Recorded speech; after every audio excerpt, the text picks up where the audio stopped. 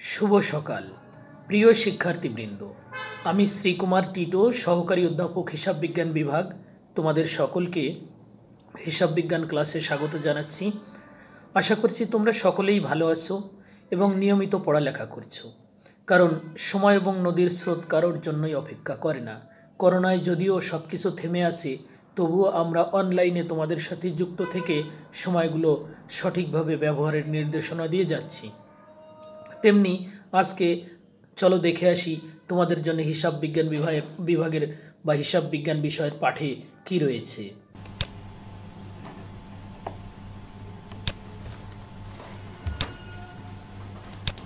सकलके आजकेर हिसाब विज्ञान क्लासे स्वागत जानाच्छि। आमी श्रीकुमार टिटो सहकारी अध्यापक हिसाब विज्ञान विभाग। प्रिय शिक्षार्थीबृंद आशा करछि तोमरा सकलेई भालो आछो। এই করোনাকালে অনেক কষ্ট করে সকলকে অনলাইন ক্লাসে যুক্ত হতে হচ্ছে, কিন্তু এটি একটি বিরাট আশীর্বাদের বিষয় যে বিজ্ঞানের বদৌলতে আমরা আজ দূরে থেকেও কেউ দূরে নয়, সবাই সবাইকে দেখতে পাচ্ছি, কথা বলতে পারছি, ক্লাস করতে পারছি। যে সমস্ত বিজ্ঞানীদের আশীর্বাদে আজ আমরা থেমে নেই তাদেরকেও এক শুভেচ্ছা জানাচ্ছি।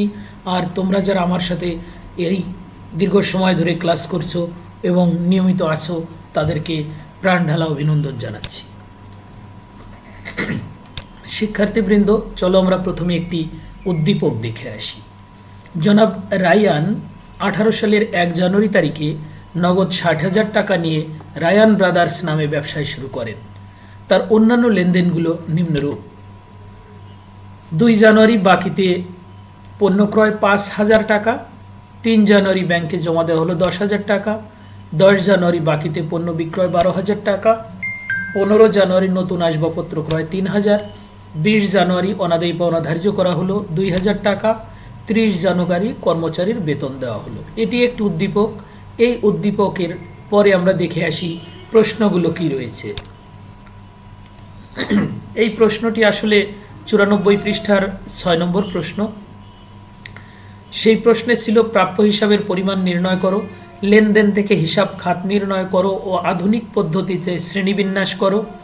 3 নম্বর প্রশ্ন ছিল 1, 2, 10, 20 তারিখের লেনদেনগুলোর সাহায্যে এ সমান সমান ও এল প্লাস ওই প্রমাণ করো, কিন্তু সেটি আমি 4 নম্বরে নিয়ে গেছি, নতুন একটি পয়েন্ট যুক্ত করেছি আগে, সেটি হলো লেনদেনগুলো জাবেদাভুক্ত করো। তাই ওই 6 নম্বর প্রশ্নে যদিও 3টি প্রশ্ন ছিল, আমি একটি প্রশ্ন যুক্ত করে 3 নম্বর প্রশ্নটি বাড়িয়ে দিয়েছি, সেটা হলো লেনদেনগুলোকে জাবেদাভুক্ত করো। কারণ আমাদের এই পর্যায়টা হচ্ছে শেখার জন্য, এই জন্যে পরীক্ষার প্রশ্নে 3টি প্রশ্ন থাকলেও শেখার সুবিধার্থে আমি 4টি প্রশ্ন যুক্ত করেছি। প্রথম প্রশ্ন, প্রাপ্য হিসাবের পরিমাণ নির্ণয়। আমরা আগে জেনে আসি প্রাপ্য হিসাবটা আসলে উৎপত্তি হয় কিসের থেকে। প্রাপ্য হিসাব মানে দেনাদার, মানে আমরা যাদের কাছে টাকা পাবো বা ব্যবসায় প্রতিষ্ঠান যার কাছে টাকা পাবে। তার মানে সাধারণত দেখা যায় ব্যবসায়ী প্রতিষ্ঠানগুলো পণ্যদ্রব্য বিক্রয়ের ফলে মানুষের কাছে টাকা পায়। যদি সেই টাকা তৎক্ষণাৎ বিক্রয়ের সাথে সাথে পাওয়া না যায়, অর্থাৎ বাকিতে বিক্রয় করা হয়, তখন টাকা বাকি থেকে যায় যার কাছে, তাকে আমরা দেনাদার বলে থাকি। অর্থাৎ সেই প্রাপ্য হিসাব এবং দেনাদার এইটার পরিমাণ নির্ণয় করাটাই হলো প্রাপ্য হিসাব। তো এই ঘরটি দুইভাবে করা যায়। একটি হলো আমরা টি ছকে করতে পারি বা জের ছকে করতে পারি, অর্থাৎ একটি খতিয়ান প্রস্তুত করে নিয়ে, অথবা যোগ বিয়োগ করেও করা যায়। তবে বৈজ্ঞানিক যে ব্যাখ্যা তাতে যদি আমরা খতিয়ান করি তাহলে সকল প্রশ্নকে আমরা উত্তর দিতে সক্ষম হব। তাই আমি একটি প্রাপ্য হিসাবের মাধ্যমে প্রাপ্য হিসাবের পরিমাণ নির্ণয় করছি। শিক্ষার্থীবৃন্দ, খতিয়ানের আধুনিক জবাব বা চলমান জেরের যে ছক, সেই ছক অনুযায়ী তারিখ বিবরণ, জাবেদা পৃষ্ঠা, ডেবিট টাকা, ক্রেডিট টাকা, জের বা ব্যালেন্স, ডেবিট এবং ক্রেডিট। তো আমরা দেখেছি আমাদের 10 তারিখে ছিল ধারে বিক্রয় 12,000 টাকা। সেটি যদি আমরা জাবেদা করি তাহলে আমাদের জাবেদাটি হয় প্রাপ্য হিসাব ডেবিট, বিক্রয় হিসাব ক্রেডিট।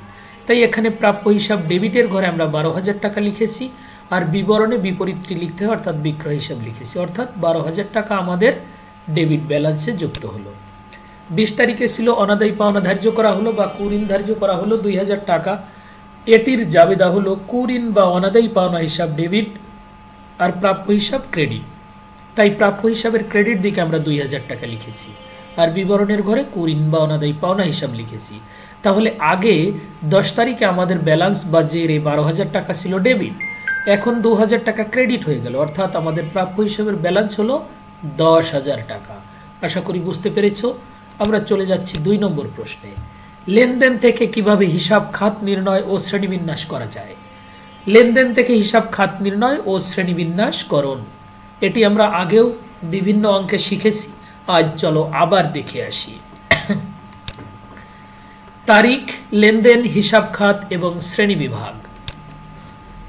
2018 সালের জানুয়ারি 1 তারিখে ছিল নগদ 60,000 টাকা নিয়ে ব্যবসায় শুরু করা হলো।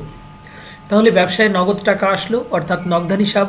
এখানে নগদান হিসাব সম্পদ আমরা আগেই জেনেছি বিভিন্ন লেকচারে। এবং মালিক যেহেতু নগদ টাকা নিয়ে ব্যবসা শুরু করেছে, অর্থাৎ মালিকের এই নগদ টাকা ব্যবসায়ের মূলধন। আর মূলধনকে স্বত্বাধিকার বলা হয়। স্বত্বাধিকার মানে কি? যিনি প্রোপাইটর বা মালিক, তার অংশ কতটুকু, এটা সেটি। 2 তারিখে ধারে পণ্য ক্রয় করা হলো 5,000 টাকা। ধারে পণ্য ক্রয় অর্থাৎ পণ্য ক্রয় করলে ক্রয় হিসাব, আর ধারে মানে বাকিতে করলে প্রদেয় হিসাব।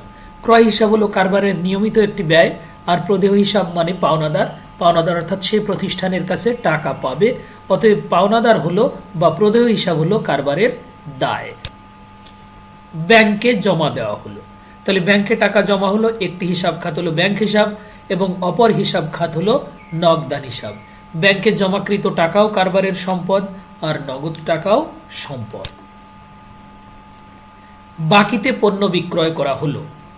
বাকিতে পণ্য বিক্রয় করলে আমরা একটু আগে ক নম্বরেই বলেছিলাম যে প্রাপ্য হিসাব বা দেনাদার আর বিক্রয় হিসাব। প্রাপ্য হিসাব হচ্ছে কারবারের সম্পদ, আর বিক্রয় হিসাব হচ্ছে কারবারের আয়। 15 তারিখে ছিল নতুন আসবাবপত্র ক্রয়, অর্থাৎ কারবারে আসবাবপত্র আসছে এবং নগদ টাকা চলে গেছে। তাই একটি হিসাব খাত হলো আসবাবপত্র হিসাব, আর একটি হিসাব খাত হলো নগদান হিসাব। আসবাবপত্র হচ্ছে কারবারের স্থায়ী সম্পদ, আর নগদ হচ্ছে তরল সম্পদ। অর্থাৎ হিসাবের শ্রেণী বিভাগে আসবাবপত্রও সম্পদ, নগদটিও সম্পদ। অনাদায়ী পাওনা ধার্য করা হলো। অনাদায়ী পাওনা ধার্য করলে আমরা প্রাপ্য হিসাব বা দেনাদারের পরিমাণ কমে যায়, আর অনাদায়ী পাওনা ধার্য হয়। অতএব এটাকে আমরা কুঋণ হিসাব লিখেছি, এটাকে অনাদায়ী পাওনা হিসাবও লেখা যায়। আর এটি যেহেতু একটি ক্ষতি, তাই ব্যয়। আর প্রাপ্য হিসাব হচ্ছে কারবারের সম্পদ। 30 তারিখ কর্মচারীর বেতন প্রদান করা হলো। বেতন দেওয়া হলো মানে বেতন যখন আমরা প্রতিষ্ঠান থেকে কর্মচারীকে দেই তখন টাকা কমে যায়, তাই বেতন একটি হিসাব, আর একটি হিসাব হলো নগদান হিসাব। বেতন প্রতি মাসে প্রদান করা হয়। বেতন হচ্ছে কারবারের ব্যয়, আর নগদান হিসাব হচ্ছে কারবারের সম্পদ। এই ছিল লেনদেনগুলো থেকে হিসাব খাত নির্ণয় ও শ্রেণীবিন্যাসকরণ। আশা করি সবাই বুঝতে পেরেছ। আমরা 3 নম্বর প্রশ্নে চলে যাচ্ছি। তবে 3 নম্বর প্রশ্ন যে জাবেদা করা হলো, আসলে হিসাব খাত নির্ণয় এবং শ্রেণীবিন্যাস করা হলেই জাবেদাটা অনেক সহজ হয়ে যায়। চলো দেখে আসি এগুলোর জাবেদা কি হবে।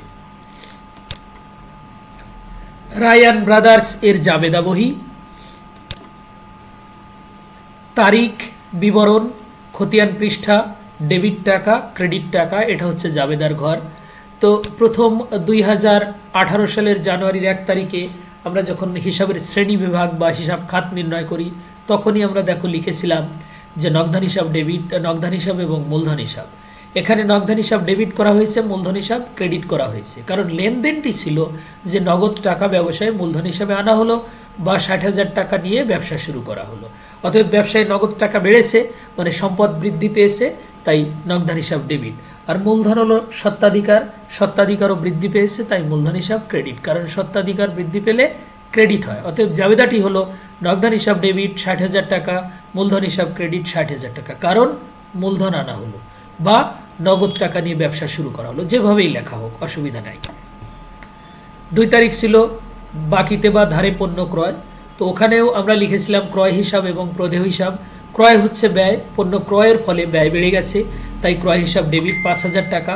আর প্রদেয় হিসাব দায়, দায়ও বেড়ে গেছে, দায় বাড়লে ক্রেডিট হয়, তাই প্রদেয় হিসাব ক্রেডিট 5,000 টাকা। কারণ বাকিতে পণ্য ক্রয় করা হলো। 18 তারিখ ব্যাংকে জমা দেওয়া হলো।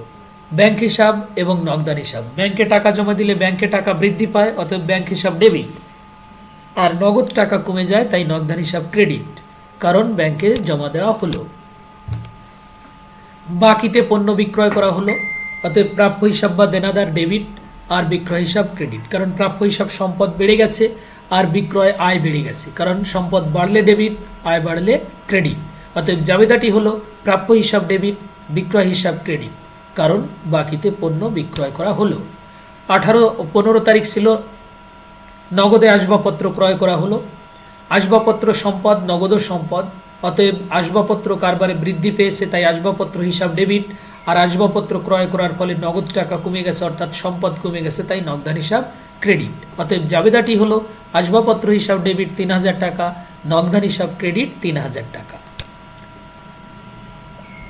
অনাদায়ী পাওনা ধার্য করা হলো। অনাদায়ী পাওনা বা কুরিন হিসাব ডেবিট, প্রাপ্য হিসাব ক্রেডিট, কারণ কুরিন বা অনাদায়ী পাওনা হলো ব্যয়, ব্যয় বাড়লে ডেবিট, আর প্রাপ্য হিসাব হলো সম্পদ, সম্পদ কমলে ক্রেডিট। এই জন্য জাবেদাটি হলো কুরিন হিসাব ডেবিট, প্রাপ্য হিসাব ক্রেডিট, কারণ অনাদায়ী পাওনা লেখা হলো বা ধার্য করা হলো। কর্মচারীকে বেতন দেওয়া হলো।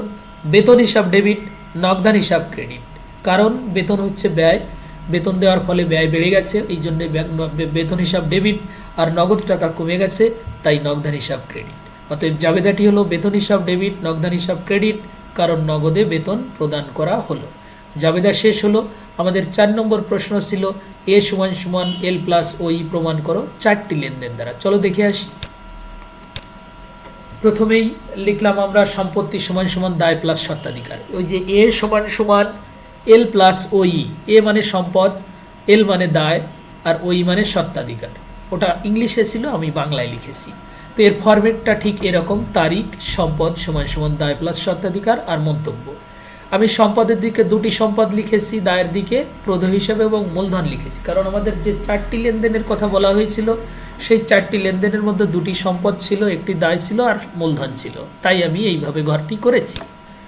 1 তারিখে ছিল নগদ 60,000 টাকা নিয়ে ব্যবসা শুরু, নগদান হিসাব এবং মূলধন হিসাব। এই জন্যে নগদ ডেবিট ছিল বা বৃদ্ধি পেয়েছিল, নগদের ঘরে 60,000, মূলধনও বৃদ্ধি পেয়েছিল, তাই মূলধনের ঘরে 60,000 লিখলাম। তারপরে 2 তারিখ ছিল ধারে পণ্য ক্রয়। পণ্য ক্রয় ব্যয়, ব্যয় কমে গেলে মূলধন কমে যায়, তাই 5,000 টাকা মূলধন থেকে বিয়োগ করা হয়েছে। আর প্রদেয় হিসাব দায়, দায় বৃদ্ধি পেয়েছে, তাই প্রদেয় হিসাবের ঘরে 5,000 টাকা লেখা হয়েছে। তারপরে ছিল ধারে বিক্রয়। প্রাপ্য হিসাব সম্পদ, তাই প্রাপ্য হিসাবের ঘরে 12,000 টাকা লেখা হয়েছে। আর বিক্রয় হচ্ছে আয়, তাই মূলধনের সাথে যোগ করা হয়েছে, অর্থাৎ আয় মূলধনের সাথে যোগ হয়। তারপরে ছিল কুরিন ধার্য করা হলো। কুরিন বা অনাদায়ী পাওনা ধার্য করা হলো। অনাদায়ী পাওনা বা কুরিন হলো ব্যয়, তাই মূলধন থেকে বিয়োগ হয়েছে। আর এটার ফলে প্রাপ্য হিসাব ক্রেডিট হয়, মানে প্রাপ্য হিসাব বা দেনাদার কমে যায়, তাই প্রাপ্য হিসাব থেকেও বিয়োগ করা হয়েছে। এই 4টে লেনদেন দ্বারা প্রমাণ করার কথা ছিল। এখন সম্পদগুলোর যোগফল যদি আমরা করি, নগদ 60,000, প্রাপ্য হিসাব এখানে 10,000, কারণ ওই ব্র্যাকেট দিয়ে 2,000 টাকাকে বিয়োগ বোঝানো হয়েছে, অর্থাৎ 12,000 থেকে 2,000 বিয়োগ গেলে 10,000। প্রদেয় হিসাব 5,000, মূলধন এখানে 60,000 এবং 12,000 যোগ, সেখান থেকে 5,000 এবং 2,000 বিয়োগ, মানে 7,000 বিয়োগ 72,000 থেকে, তাই 65,000।